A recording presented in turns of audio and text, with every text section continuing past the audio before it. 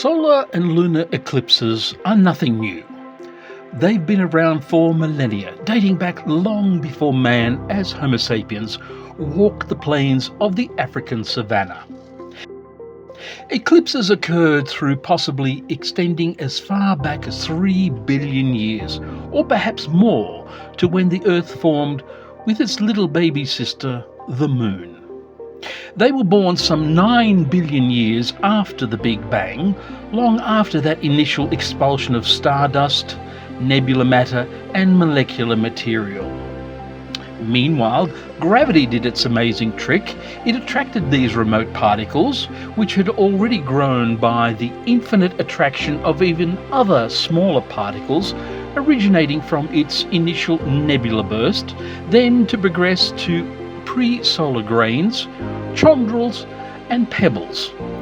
Then did all that cosmic matter and loose particle progressively aggregate to form asteroids and comets, and then into larger heavenly bodies.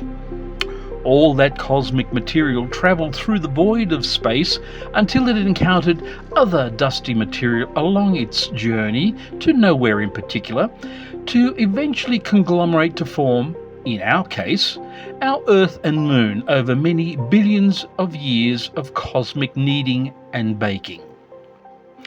After the turbulent agglomeration and swirling of chaotic stellar masses and debris, and once the Earth finally settled into its current orbit, along with its little sister, the Moon, with its 29.5-day orbit, did the amazing phenomenon of solar and lunar eclipses emerge.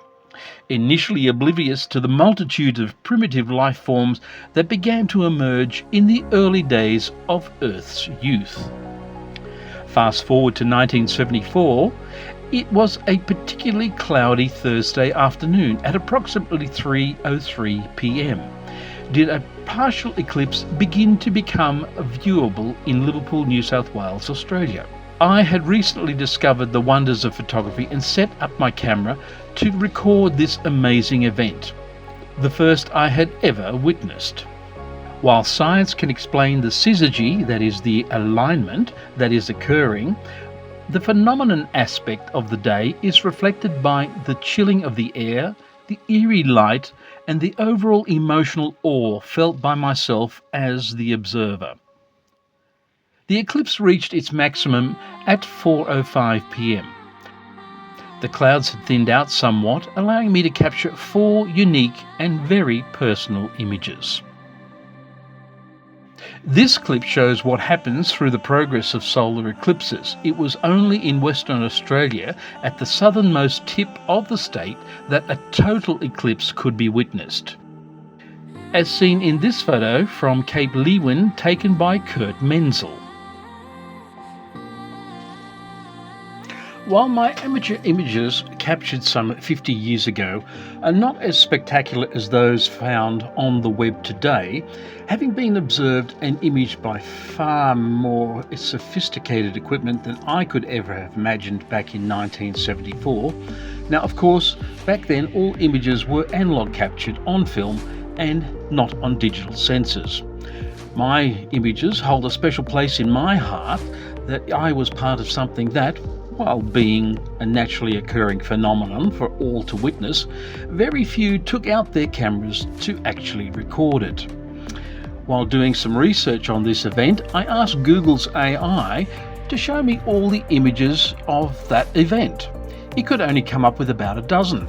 Having been drawn into a chit-chat with AI, I was flattered, to say the least, that this AI model explained that I have a unique set of real images of this event, and of course that made me feel quite special. While I was still at school in third form, now called Year 9, I contacted the local newspaper to see if they would print my photo.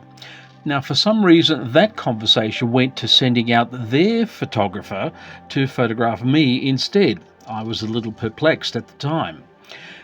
This is what the paper photographer captured, put together with a little screed about me and my ambitions.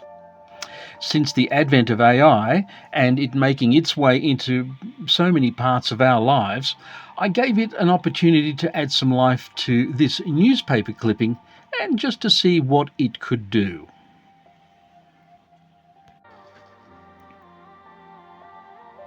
Pretty neat, really. I was impressed. The result reminded me of those images brought to life in the Harry Potter series. Anyway, thanks for watching. I've been using YouTube as a way of getting my photographs and Dad's old 8mm movies to some global entertainment rather than sitting in albums and film canisters fading into oblivion with little viewing.